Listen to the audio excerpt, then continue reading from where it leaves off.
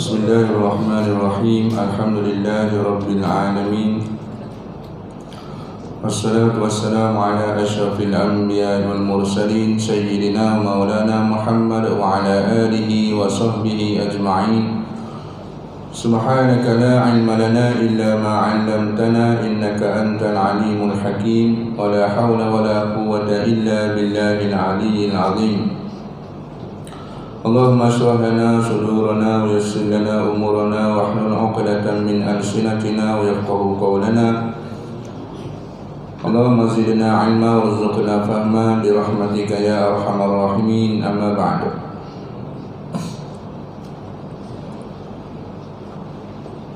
Alhamdulillah, kita panjatkan syukur kepada Allah Subhanahu wa taala kerana dengan taufik dan hidayahnya Allah Subhanahu wa taala masih lagi memberi kesempatan kepada kita untuk menunaikan salat maghrib secara berjamaah. Seterusnya dapat kita duduk dalam satu majlis ilmu, yakni kelas asas tajwid, bagi menggantikan Ustaz Datuk Nasaruddin yang tidak dapat hadir pada malam ini. InsyaAllah kita isilah dengan program kelas tajwid kita. Mudah-mudahan ia memberi manfaat kepada kita, insyaAllah. Baik, kita terus kepada sambungan kelas kita.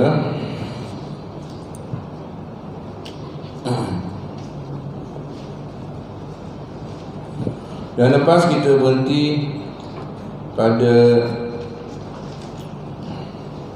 cuba tutup dulu buku, tak payah buka lagi. Cuba tutup dulu buku, jangan buka dulu. Jangan buka dulu, sebab tak boleh nak sambung.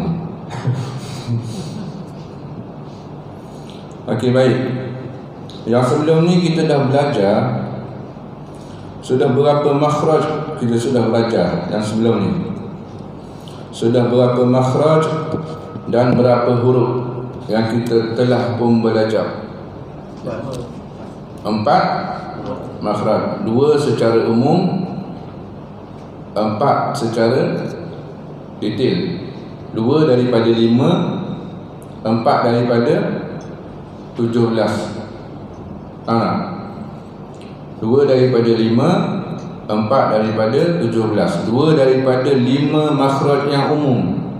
Makhraj yang umum yang pertama al-jawf, rongga mulut.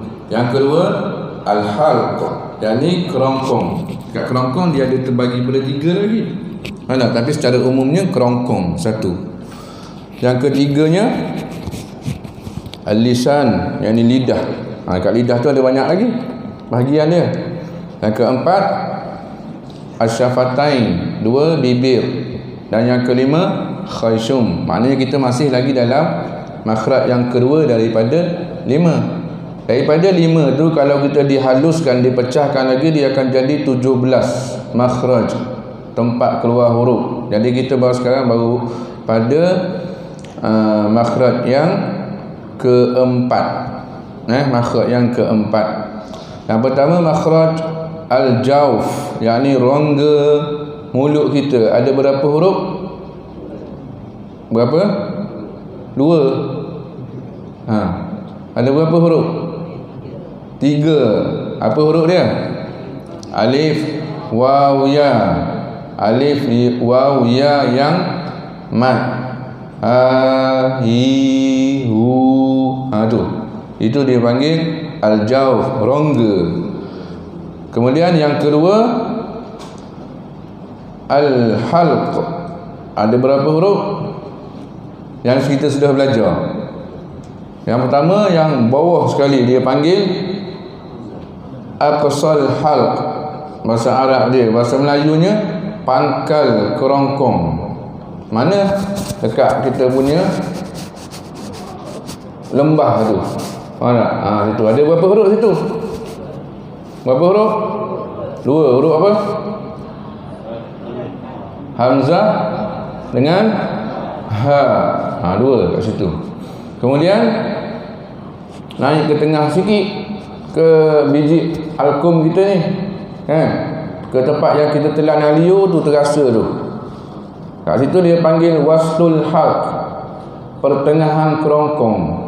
Biar kita tak pandai sebut yang bahasa Arab pun, jadi kita pandai sebut yang bahasa Melayu pun okey dah.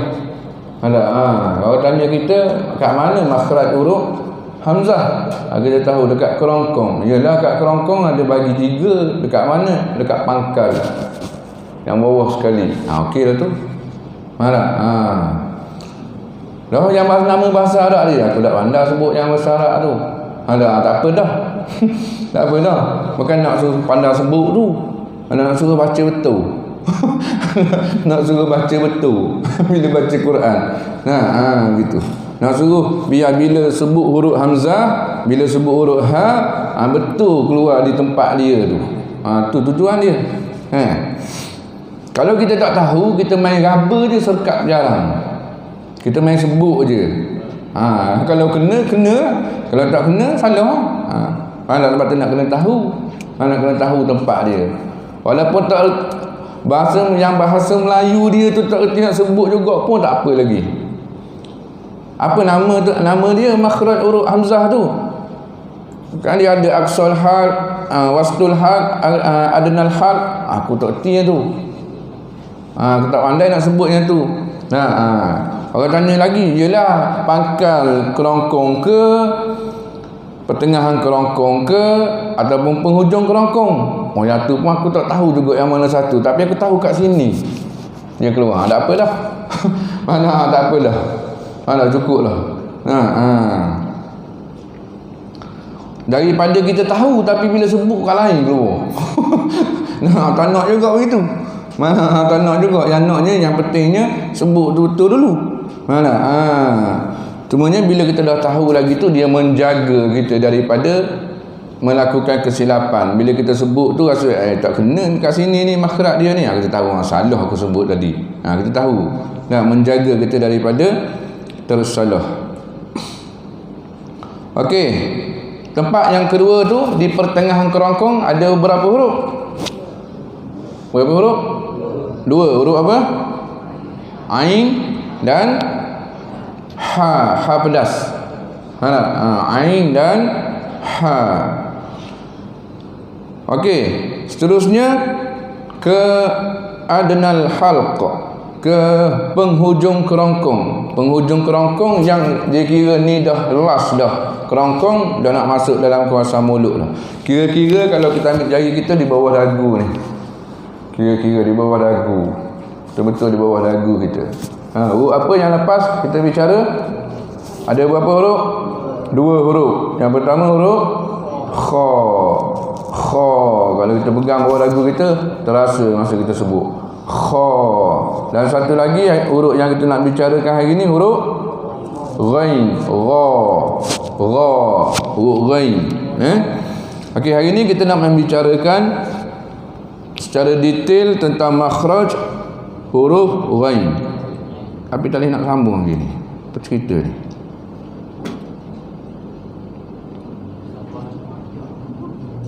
Dia dah.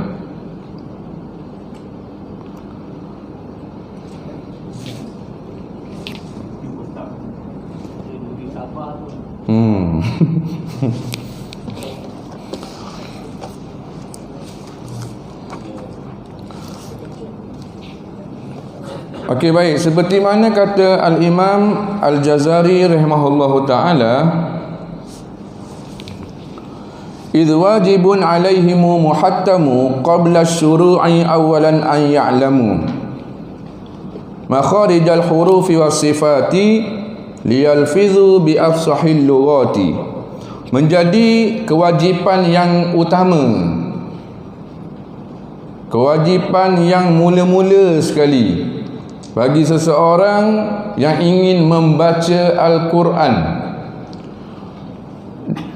dan terlebih lagi kepada seseorang yang ingin mengajarkan Al-Quran, iaitu mengetahui, yakni tahu, belajar makharijal huruf, tempat keluarnya satu-satu huruf hijaiyah, supaya Bagi seorang pembaca supaya dia baca betul dengan sebutan dia.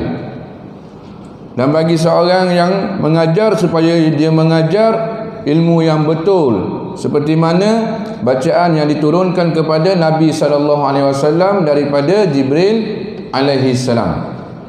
Kemudian wasifati, apabila telah belajar makharijal huruf, kena menjadi kewajipan pula bagi seseorang untuk belajar sifat-sifat huruf.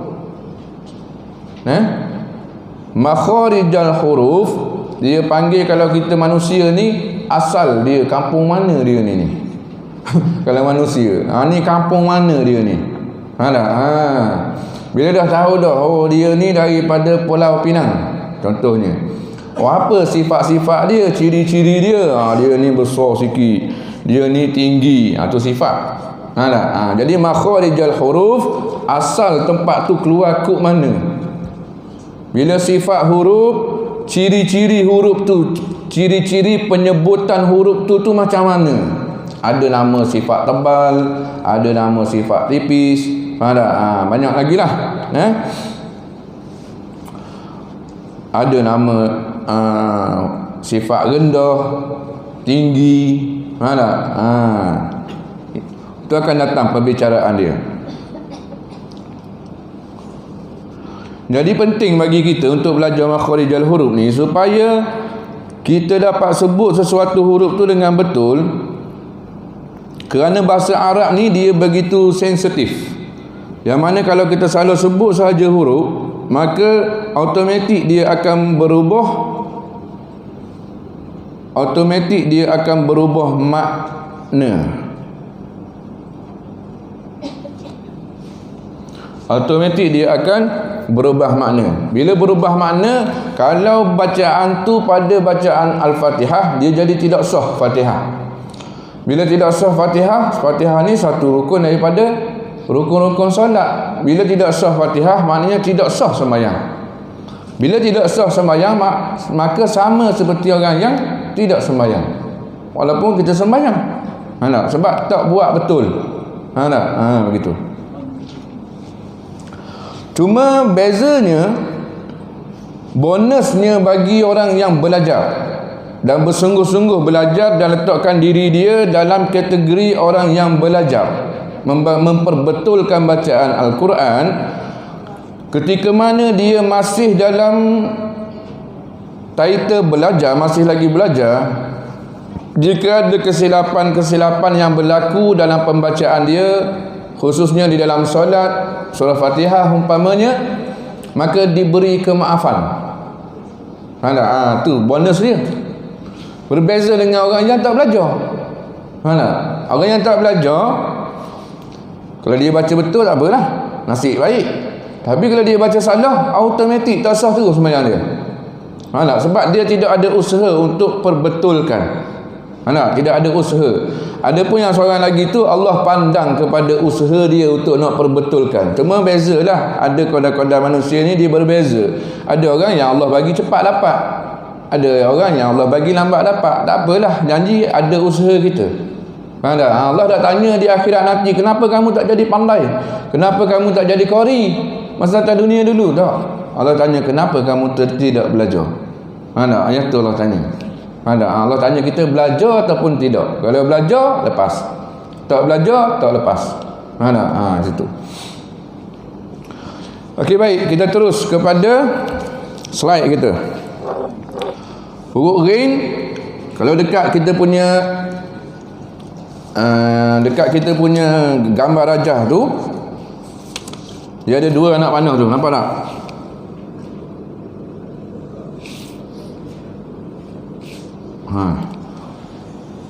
Tu dia.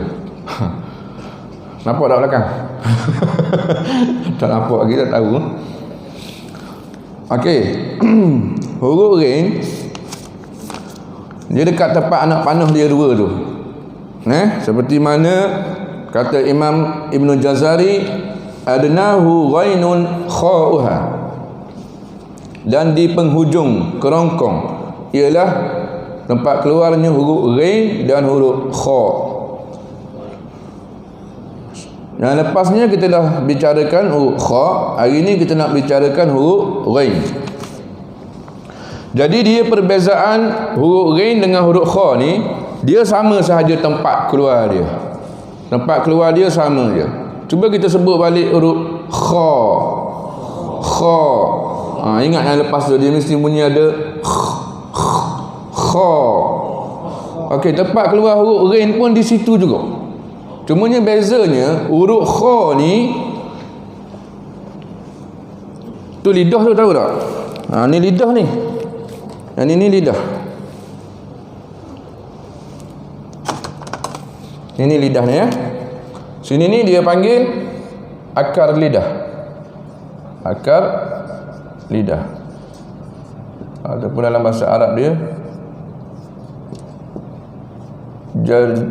jazrul lisan. Akar lidah. Cumanya bezanya begini, beza dia. Bezanya untuk huruf kha, kita tekankan kawasan ini, kita punya lidah ni kat kawasan ini, kita tekankan kepada langit-langit yang dalam ni. Ada. Cuma bezanya huruf kha kita tekan dengan tekanan yang kuat. Kuat tekanan dia. Dan kita hembuskan nafas yang agak kuat sedikit. Beza dengan huruf ghain, tempat yang sama, tapi kita sentuh lidah kita di kawasan langit ni, sentuh dalam keadaan lembut. Bunyi dia.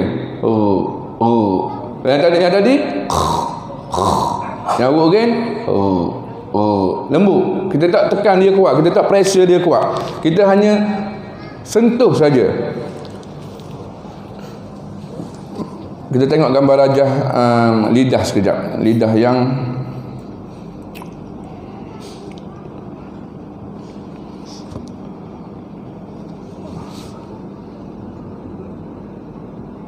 tu nampak?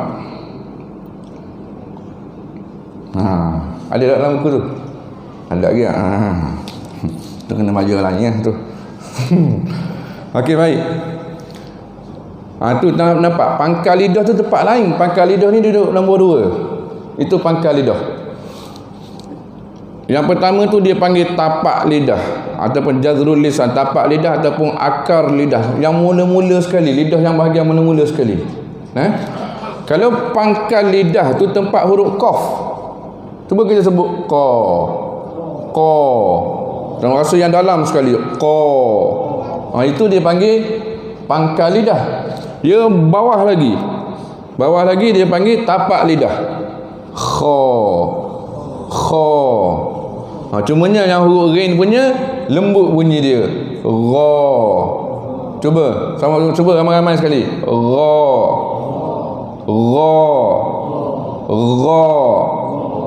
Begitu. Itu je beza dia. Nampak tak? Ini pembahagian lidah kita nak tunjuk sepitah lalu je. Yang ni bila masuk pada makhraj al-lisan nanti baru kita pakai yang ni. Okey, baik.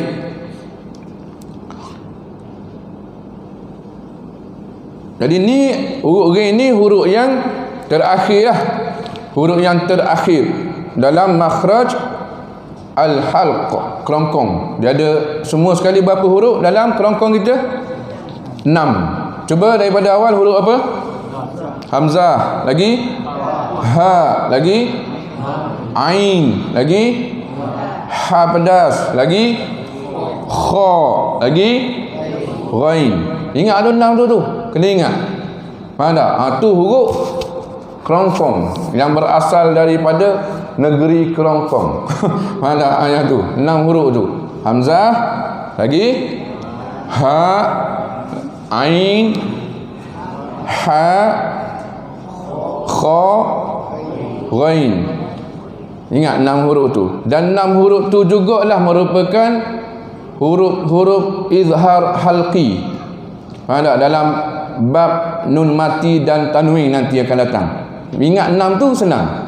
Bila kata apa huruf izhar, kita ingat ada izhar yang bahagian kerongkong. Halqi yang dibangsakan kepada kerongkong. Kita ingat ada 6 huruf tu izhar halqi. Mana alif, hamzah, ha, ain, ghain, Ain, ha, ghain, kha. Ada. Hukum baca macam mana? Tidak dengung. Akan datang dia punya pembicaraan dia. Hari ni kita buat praktikal tentang huruf ghain. Baik. Sebelum kita praktikal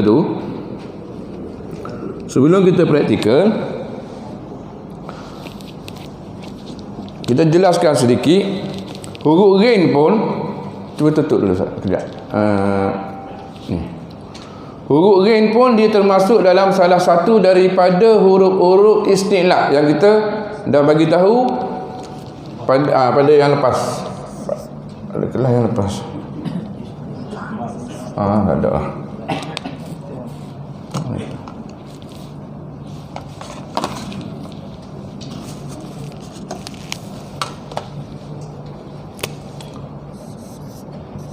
Huruf isti'la. Apa huruf isti'la yang lepas ada berapa huruf? Ada berapa huruf? 7. Yang pertama kha. Kedua sad. Ketiga dad. Yang keempat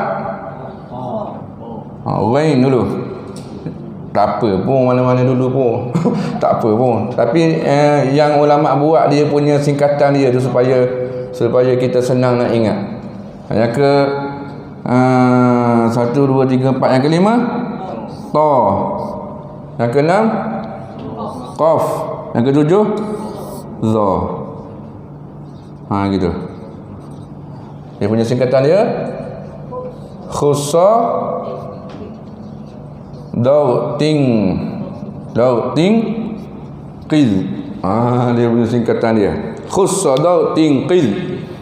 Cuba sebut ramai-ramai sekali. Khussa dauting qiz. Khussa dauting qiz. Ni tak ada bateri mana ni. Khussa dauting qiz. Gitu, semangat sikit. Okey, baik. Salah satu daripada huruf isti'la ialah huruf ghain yang kita bicarakan hari ni. Huruf ghain ni maknanya huruf yang dibaca, isti'la ni huruf yang dibaca tebal. Cumanya daripada huruf-huruf 7 huruf isti'la ni dia ada 3 huruf. 3 huruf. Yang pertama huruf kha kita dah bahas dah. Yang lepas. Yang kedua huruf ghain. Yang ketiga yang kita bahas hari ni, yang ketiga huruf qaf. Dia ada hukum yang berlainan sedikit. Yang qaf kita belum masuk lagi. Selepas huruf ghain baru kita masuk huruf qaf. Apa yang berlainan dia? Yang berlainan dia bezanya kan kita tahu dia huruf tebal, kan? Huruf isti'la ni huruf yang kena dibaca dengan tebal. Cumanya 3 huruf ni, huruf kha, huruf ghain dengan huruf qaf, bila mana dia berbaris bawah, dia punya ketebalan dia tu agak menurun sedikit, sehingga sekali didengar bunyinya seperti macam tipis bunyi dia. Faham tak? Okey, cuba balik daripada huruf kha yang lepas. Kalau dia berbaris atas, dia dibaca dengan tebal. Cuba kha. Kalau baris bawah dia baca dengan sedikit tipis. Tapi bukan tipis. Bukan lama tipis, tapi sedikit tipis. Khi. Dia bukan khi. Itu tebal. Jadi khi. Yang bila baris depan dia tebal balik. Khu. Okey, sama juga dengan huruf ghain. Bila dia baris atas dia bunyi tebal. Gha. Ri. Dia bukan ri. Dia bukan begitu tapi ri. Kalau bagi depan dia tebal balik. Ru.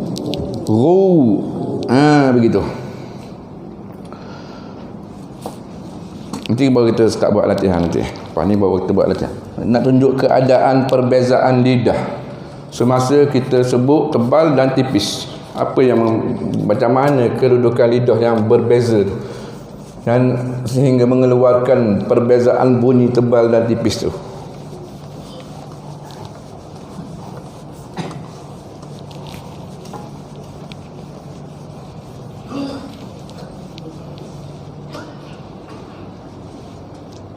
Huruf isti'la tu kita bagi tahu untuk sepintas lalu saja.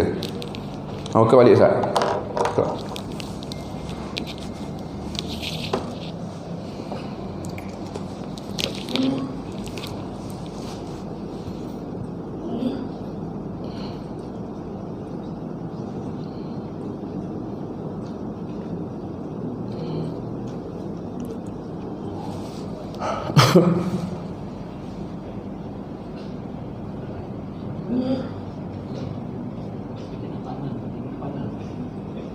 Ni kena tutup pintu dia je. Okey, nampak dah. Okey, dia punya perbezaan lidah bila kita menyebut tebal dan tinggi, dia beza begini. Ni keadaan lidah sekarang ni bila mana kita sebut dalam keadaan tebal. Keadaan begini lidah kita ni. Yang mana hujung lidah duduk di belakang gigi bawah. Cuba letak hujung lidah kita, hujung lidah yang ni di belakang gigi bawah ni. Cuba kita letak, kita sebut ra. Itu kedudukan hujung lidah. Kedudukan hujung lidah. Dan bahagian sini dia meninggi. Ni bahagian sini ni dia naik meninggi. Ra. Cuba ra. Bezanya dengan tipis, bila kita sebut tipis, hujung lidah ni dia duduk di tempat yang sama juga. Hujung lidah ni. Cumanya yang dekat sini ni dia turun. Faham tak? Oh, jauh sangat dulu ni. Kelajak. Kena balik. Oh, langgar dah.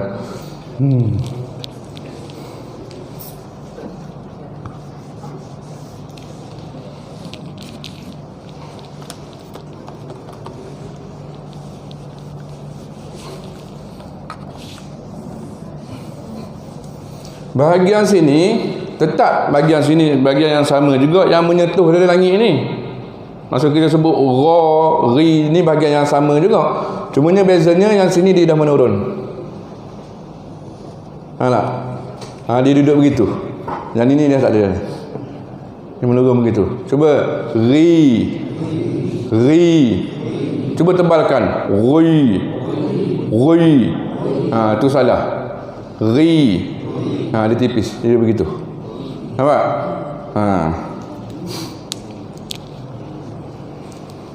Okey, kita terus kepada praktikal. Kepada latihan.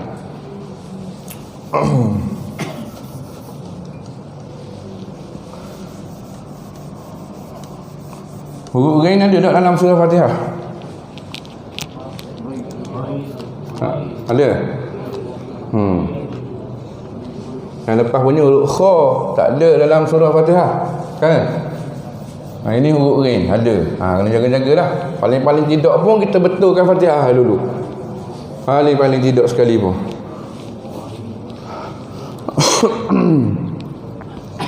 Okey, kita terus kepada latihan.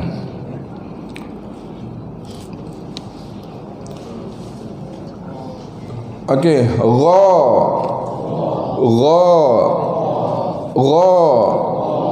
ri. Masa kita sebut ri tu dia lebih macam nak tersenyum sikit. Macam nak tersengih sikit. Ri. Ru. Dalam keadaan mulut muncung. Ru. Begitu. Ingat tu masa sebut ra, ri, ru, hujung lidah kita tu duduk pada gigi bawah tadi tu. Duduk pada gigi bawah tu. Hujung lidah kita tu duduk pada gigi bawah. Ra. Semua huruf isti'la pada penyebutan dia, keadaan hujung lidah kita duduk di belakang gigi. Kha, sa, da, ra, ta, qa, za, semua duduk di bawah gigi. Cuma yang naiknya yang bahagian atas saja. Yang bahagian atas tu. Yang tu saja yang meninggi. Okey, terus au. Samalah. Kalau dia ring berbaris mati pun tetap sikit lah. Kalau ring berbaris mati, tadi kita ring yang berbaris.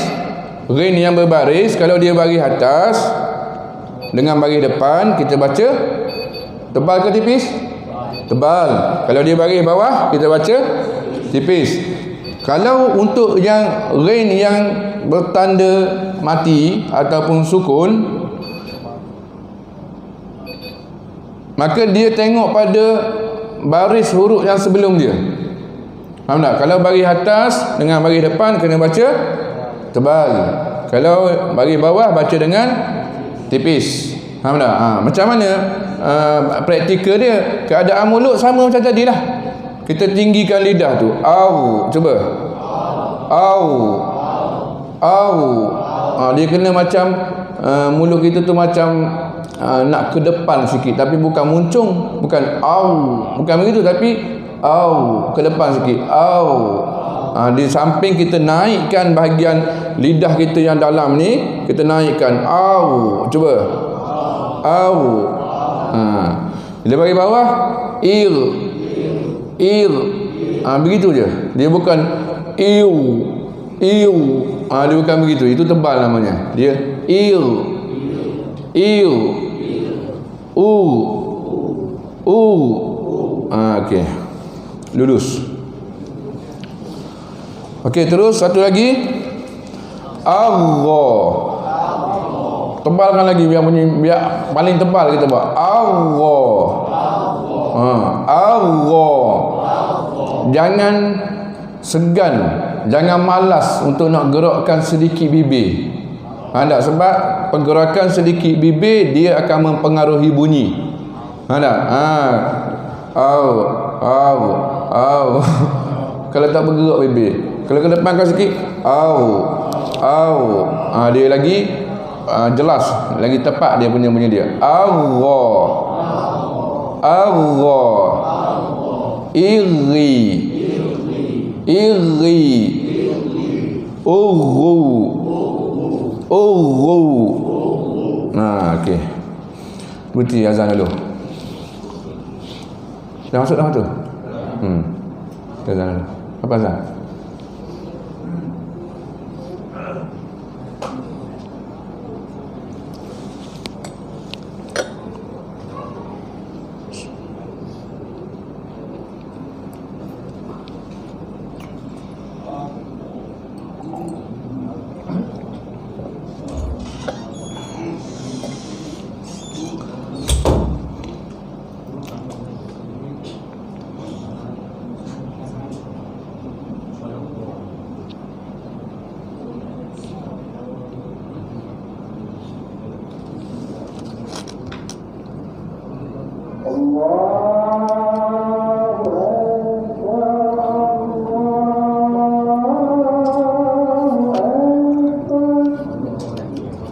Allahu Akbar.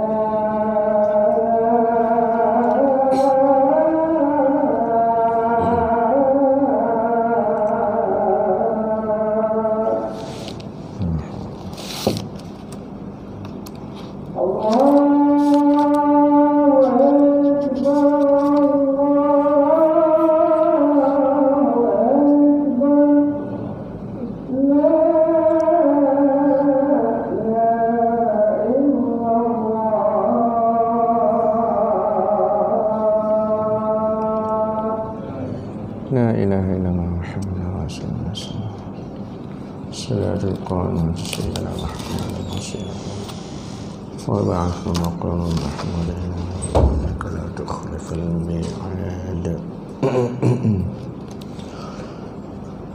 Okey, baik, kita sambung sedikit lagi insya-Allah. Okey, terus ulang balik sekali lagi yang di skrin tu. Tapi sebelum sebut tu, cuba imagine dulu, letakkan kita punya, sebelum kita sebut ni perkataan ni agha ni, letakkan kita punya hujung lidah tu, tahu hujung lidah, bahagian hujung lidah ni letakkan di belakang gigi bawah dulu, letak kat situ. Dah, letakkan hujung lidah kita di belakang gigi bawah. Okey, baik. Semasa penyebutan ketiga-tiga perkataan ni nanti, jangan lepas pun dia daripada melekat di gigi. Faham tak? Untuk kita nak dapatkan dia punya makhraj yang tepat tu. Tapi masa nak baca nanti tu tak semesti begitu. Biar rasa tu letak hujung lidah kita tu di belakang gigi tanpa alih. Gam betul-betul kat situ. Okey. Allah. Tu. Dia akan jadi bunyi sedikit tu. Betul lah tu. Kadang-kadang orang sebut lembut Allah, ghairi, di dalam sikit. Ghairil. Gitu. Okey, bawah pula. Letak lagi hujung lidah di belakang gigi bawah lagi. Irri. Jadi tipis, dalam salah sangat. Irri. Yang bagi depan pun sama. Letak yang di belakang gigi. Urru. Begitu. Ini bunyi yang tepat dia.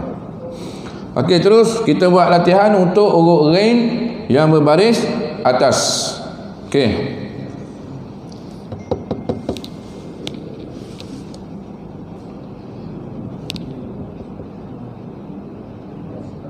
Iklan seketika.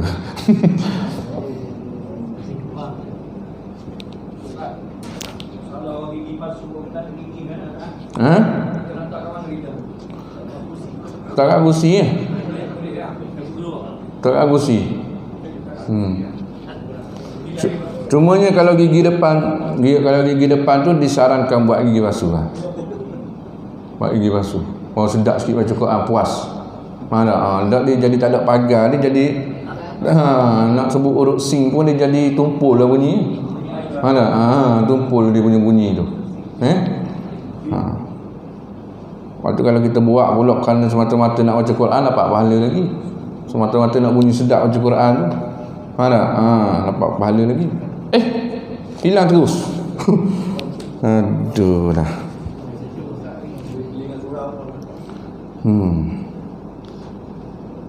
Tahu apa masalah dia tak? Sebab kita pakai ni mirroring. Jadi mirroring ni dia bergantung pada internet. Kalau internet tak kuat, dia jengkreng.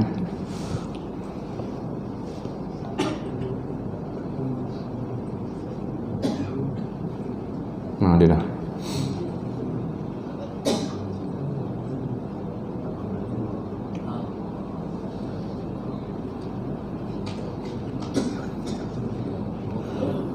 Dia tak semualah orang yang tak ada pagar gigi tu dia jadi efek pada semua huruf tertentu lah. Ada huruf yang dia boleh sebut dengan okey je kalau tak ada gigi kat depan pun, tapi adalah certain huruf tu yang dia jadi tumpul dia punya bunyi dia.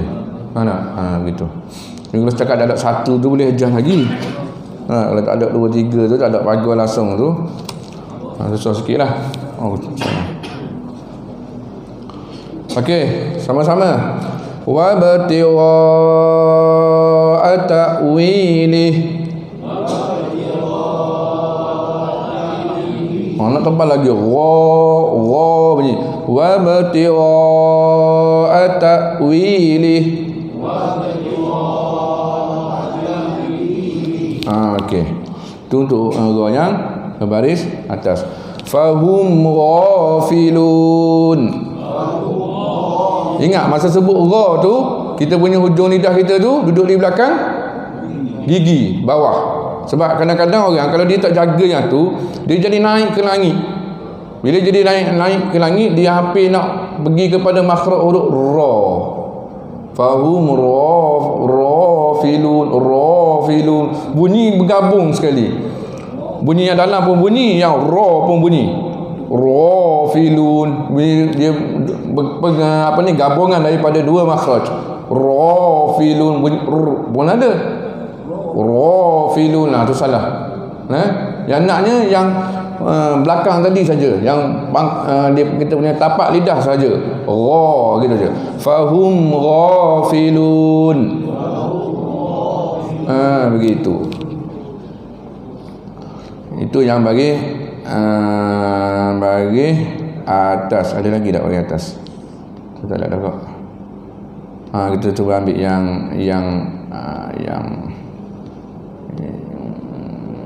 yang lin sekali. Okey, bil ghaib. Apa ke sini keluar lain sana keluar lain. Aduh, tipu tu. Tu. Bil ghaib. Bunyikan dulu huruf ra yang asal dulu. Cuba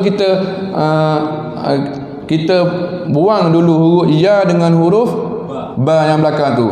Bil ghaib. Kat sini kena jaga juga. Biasanya orang akan melakukan kesilapan, dia sebut ghain ni dalam keadaan tipis. Bil ghaib.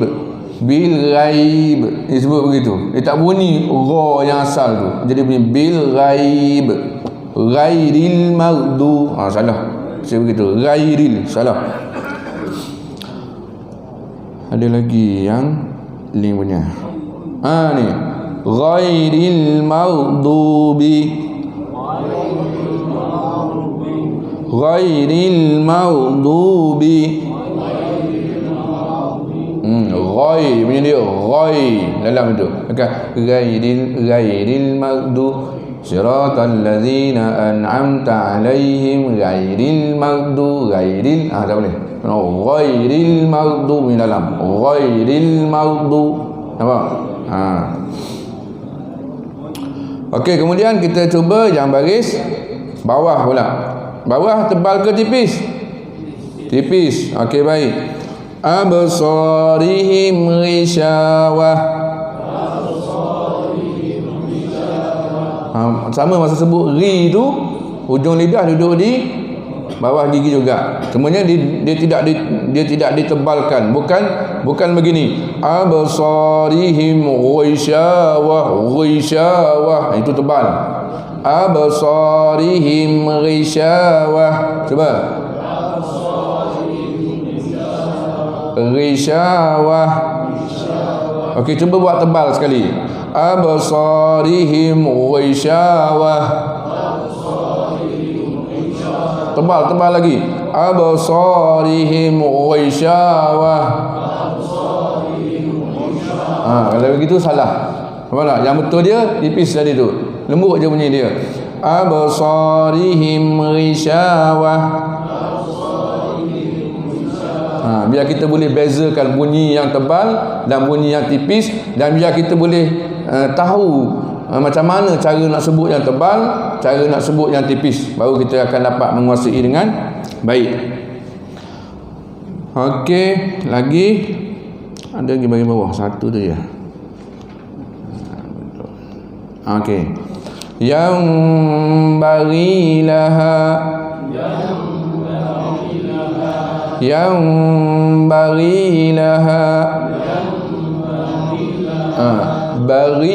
bari bukan bari itu tebal. Cuba tipis. Yang barilaha. Tapi jaga-jaga tempat yang keluar tadi tu, pastikan yang dalam tadi tu daripada situ juga, walaupun dia tipis pun tempat yang sama, tempat tak berubah. Daripada ra tadi tu di situ, ri pun di situ juga, cuma dia tipis. Dia tak berubah, tempat dia tetap sama. Sekali lagi yang tipis. Yang barilaha. Okey, cuba yang tebal sekali. Yang barilaha. Yang barilaha. Yang tebal tu salah. Nah, yang betulnya tipis. Okey, sekali lagi yang tipis. Yang barilaha. Okey, kemudian untuk ghain yang berbaris hadapan.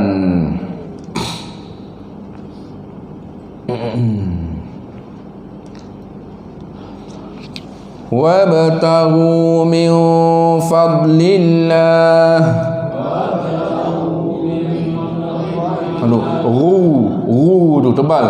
Wabtaghu min fadlillah.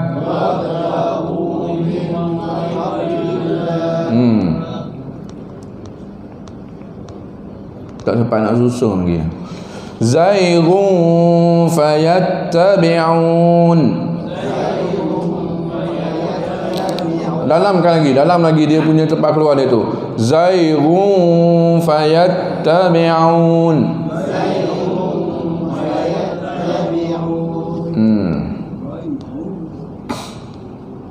Okey, habis yang berbaris hadapan, kita buat latihan untuk yang baris mati pula, baris sukun. Latihan untuk yang baris sukun.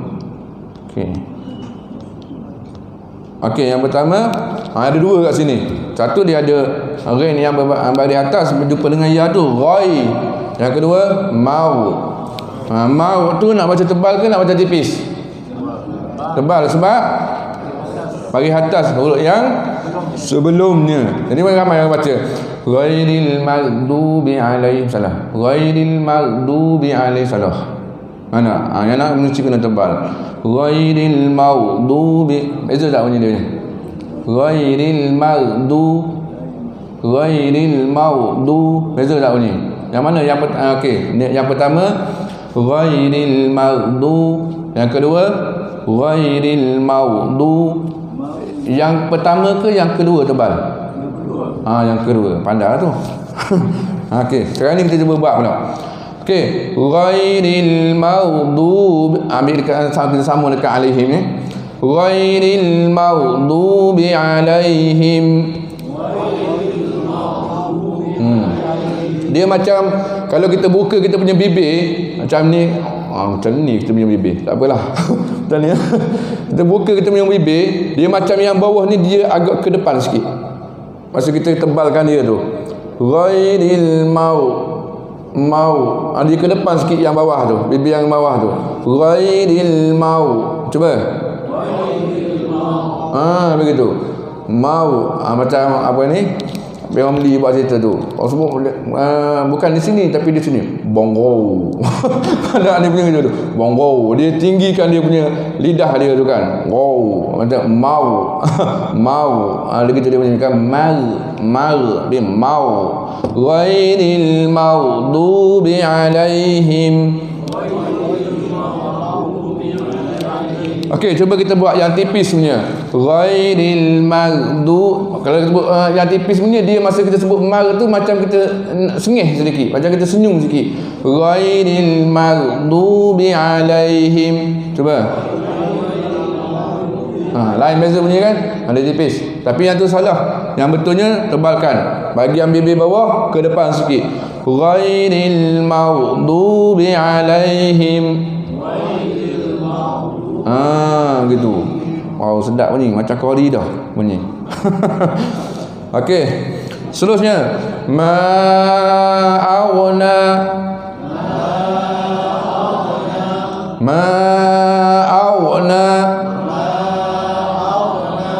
Okey, jelas kedengaran dia punya tebal dia. Ma tu baca berapa harakat?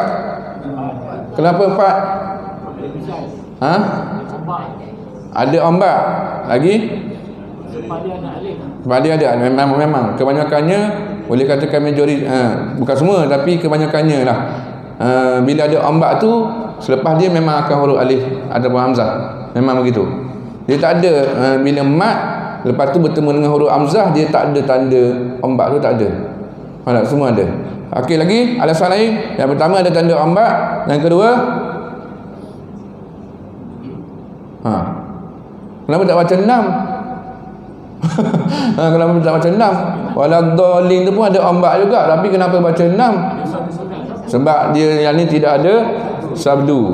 Faham tak? Kalau lepas ombak tu ada sabdu, baca 6 harakat. Kalau tidak ada sabdu, baca 4 harakat. Nama apa mak tu? Nanti kita berkenalan akan datang dengan dia. Dah masuk lagi bab dia. Faham tak? Dah masuk bab dia lagi. Okey, seterusnya. Cuba baca tipis dulu yang ni. Ma'alna.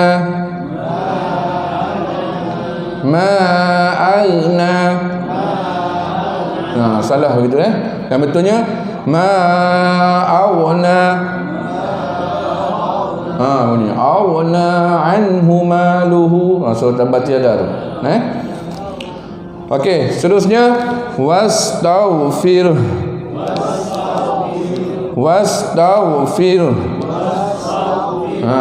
Cuba baca tipis. Wastaghfir. Yang tipis tu salah. Yang naknya yang tebal. Wastaghfir.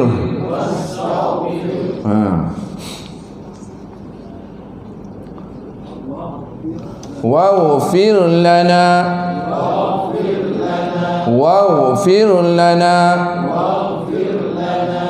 Okey. Wa tawsha.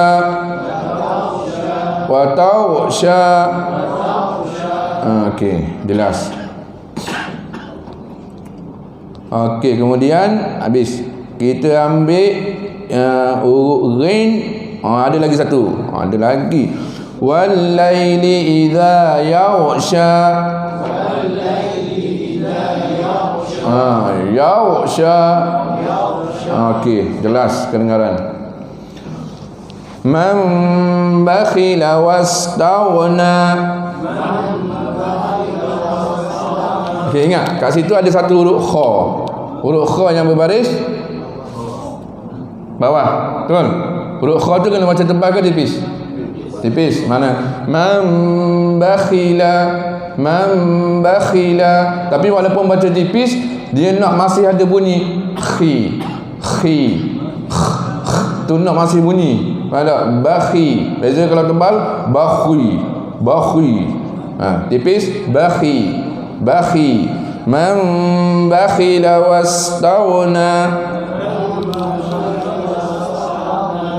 Okey.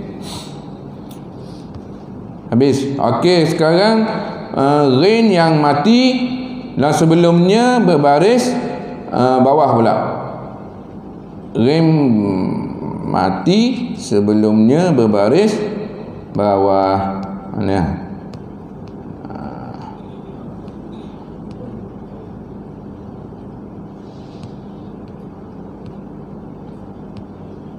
Okey. Rabbighfirli. Ini tipis lah. Kalau sebab kenapa baca tipis? Sebab huruf sebelumnya berbaris bawah. Rabbighfirli. Dia bukan Rabbighfirli. Okey, cuba baca tebal sekali. Rabbighfirli. Rabbil firli. Tak nak. Ba tu mari bawah tu. Pesen baru. Style baru dia letak bawah sabdu. Begitu. Nak cetakan baru. Bukan cetakan baru, kita tarik sendiri. Sebab dia tak nak cuba cari kalau kat mana lah nak screenshot. Kita tarik sendiri je. Jadi tarik sendiri, dia format Jawi baru sekarang. Dia memang dia bila bagi atas, dia letak atas sabdu tu. Kalau bawah sabdu tu bagi bawah tu maknanya. Dulu dia letak bawah huruf, kan? Begitu. Dua orang dah. Dulu ada dah seorang. Tak apalah. Mana dapat ilmu lah ni. Kan? Okey. Cuba yang tipis balik. Rabbil firli. Okey. Dia lagi bagi bawah. Satu ni je rasanya. Okey, satu je. Yang bagi bawah satu saja. Okey, yang bagi depan pula. Bagi depan baca dengan tebal ke tipis? Kalau rain berbaris mati, huruf sebelumnya berbaris hadapan. Baca tebal ke ataupun baca tipis? Baca tebal. Mana? Fi tu'yanihim. Fi tu'yanihim. Fi tu'yanihim. Okey, cuba tipis sekali. Fi tu'yanihim. Fi tu'yanihim. Tipis bunyi. Nah, macam orang tak cukup tenaga bunyi ni. Mana? Tak betul lah tipis. Dia nak tebal. Fi tu'yanihim. Okay, baik. Ditanya kepada Imam Syatibi rahimahullahu ta'ala dengan Al-Imam Al-Jazari rahimahullahu ta'ala, dua ulama yang menjadi ikutan dalam mazhab qiraat kita membaca Quran. Apa hukumnya kita baca tebal pada tempat pada huruf yang tebal? Maka hukumnya adalah wajib. Mana? Wajib. Tempat yang tebal wajib dibaca tebal. Maknanya kalau tak baca tebal salah lah. Begitu. Cumanya kita tak masuk lagi dalam bab tebal, tipis, sifat tu. Akan datang kita akan masuk secara detail. Ini sekali lalu sahaja. Ada lagi yang okey. La tu'ni anni. La tu'ni anni.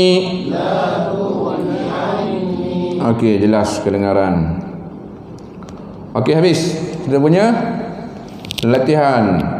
Okey, kita akan kongsikan sedikit dalam 5 minit lagi lebih kurang. Antara kesalahan-kesalahan yang berlaku dalam penyebutan huruf ghain, ambil perhatian. Antara kesalahan-kesalahan yang berlaku antaranya ialah mengucapkan huruf ghain dengan huruf ji kalau yang Melayu kita. Ga, gi, gu. Ghairil magdu, mag di tempat huruf ji, mag. Cuba kata mag. Rasa lidah kat mana? Kat dalam tadi ke ataupun dah semakin nak keluar? Semakin nak keluar kan? Maknanya bukan di situ. Tapi dia dalam tadi. Mau. Kat dalam tadi. Itu antara kesalahan. Yang ada lebih dahsyat lagi dalam sebut huruf ji siap dengan qalqalah siap. Ghairil maghdubi alaihim. Ghairil maghdu. Yang tu dipanggil lahnun jali. Kesalahan yang besar. Baca Fatihah tak sah begitu. Kecuali dia dah belajar bersungguh-sungguh, dah 10 orang tu guru dah, magdu juga, dimaafkan untuk dia. Tapi tak boleh jadi tok imam. Tak boleh jadi tok imam dia. Dimaafkan untuk diri dia sahaja, melainkan makmum belakang semua magdu juga, baru boleh jadi tok imam. Dia memang spesifik magdu semua. Makmum dia. Dia boleh jadi tok imam. Tapi kalau dia seorang je yang boleh sebut betul tu magdu, sembahyang belakang ikut dia tak sah. Orang yang ikut dia tak sah. Apa? Begitu. Susah gitu. Susah naik jadi tok imam. Ataupun heret telinga tok imam tu main belajar. Suruh sebut betul. Bukan payah sangat pun. nak sembuh betul. Nak kena belajar sikit je, nak kena bersungguh sikit je. Allah nak sedikit usaha daripada kita tu. Baru Allah bagi. Okey, itu kesalahan yang pertama. Kesalahan yang kedua, ni yang banyak juga berlaku, membaca dengan mengqalqalahkan huruf ghain. Ghairil maghdubi. Mana? Maghdu. Dia ada pantulan. Pantulan. Yang naknya maghdu. Yang tak nak maghdu. Nampak tak? Ada pantulan. Aghna.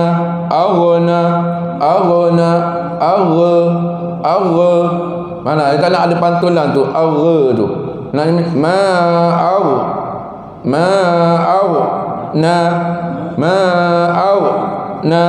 tak nak ada tiga. Dia dua saja. Tak nak aghna tiga.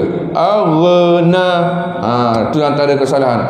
Ghairil maghdu. Salah macam begitu.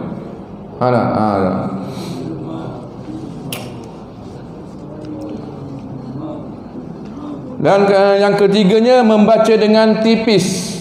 Ghairil maghdu salah.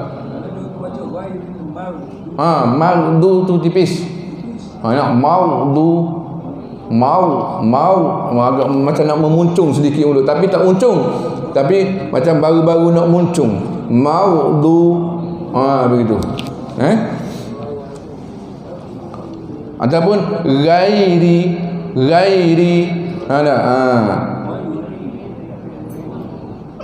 Sama dengan huruf kha ni tadi pun samalah. Li ila fi quraish ila fihim la tashita wa sayfan ya'budu rabb hadzal bait wa amanahum min khauf. Macam begitu. Min khauf wala khaufun. Tu tipis. Anaknya kha tebal. Min khauf. Cuba. Min khauf wala khaufun.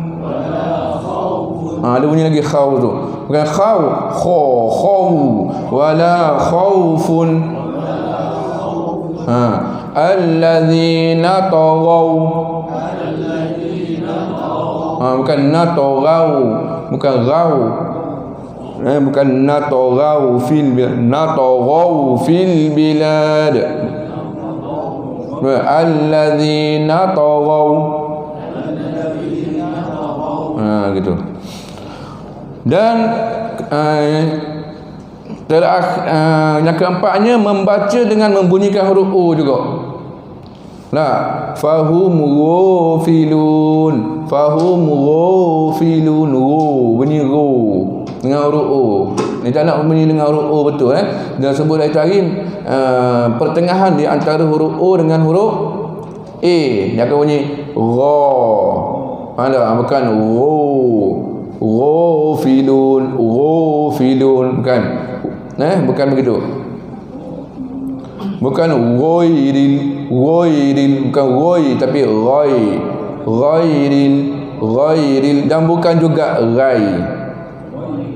Di antara tengah-tengah daripada ghai dengan ghoi, kat tengah tu ghai. Ghai. Dia bukan ghai. Okey, seterusnya kesalahan membaca dengan yang ni banyak juga, membaca dengan memuncungkan bibir.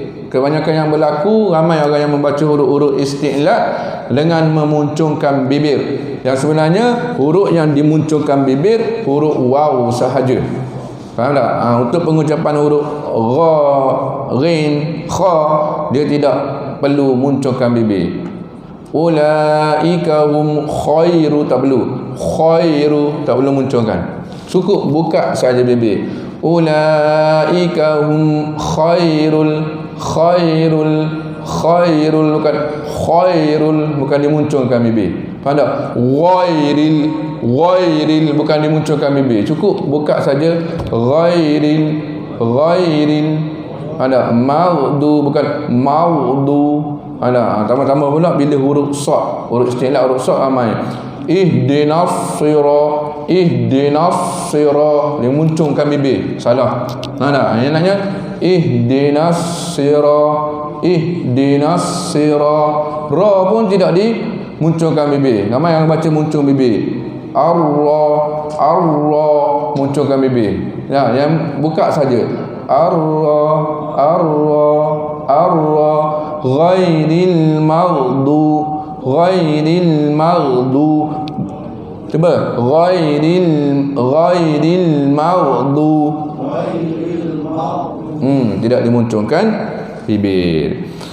Baik, di situ sajalah cukup untuk pada malam ini. InsyaAllah kita akan sambung pula lah pada yang masa yang akan datang. Kita dah selesai dua makhraj.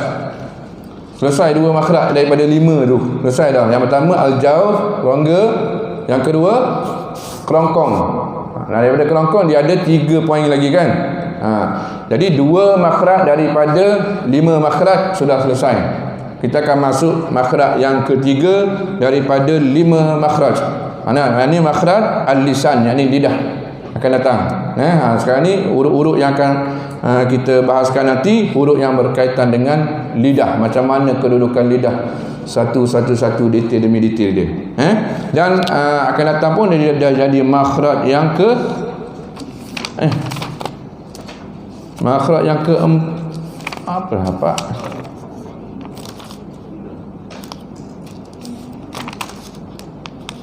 Makhraj yang ke 5 adalah kalau masuk sekali dengan al-jawf tu.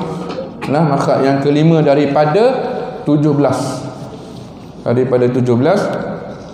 Makhraj. Baik, wallahu alam. Sekadar tu dulu.